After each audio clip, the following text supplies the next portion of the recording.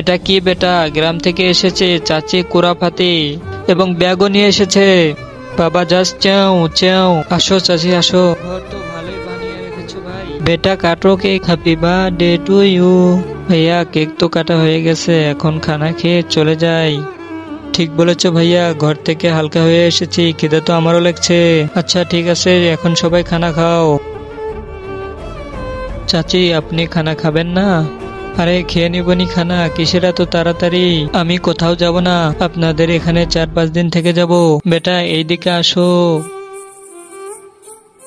বেটা শুনেছো তুমি, চাচি এই ঘরে থাকার কথা বলতেছে, কিন্তু এই ঘর তো আমাদের না। যদি চাচিকে আমার ঝুপড়িওয়ালা ঘরে নিয়ে যাই তাহলে চাচি পুরো গ্রাম ছড়িয়ে দিবে। বাবা জাস্ট চেও চেও, ঘাবড়িও না, দেখো আমার চালাক বুদ্ধির কামাল। চাচি আর থাকবে না, আজকেই চলে যাবে। চাচি বাবা তোমার সব সময় প্রশংসা করতে থাকে, তুমি অনেক ভালো।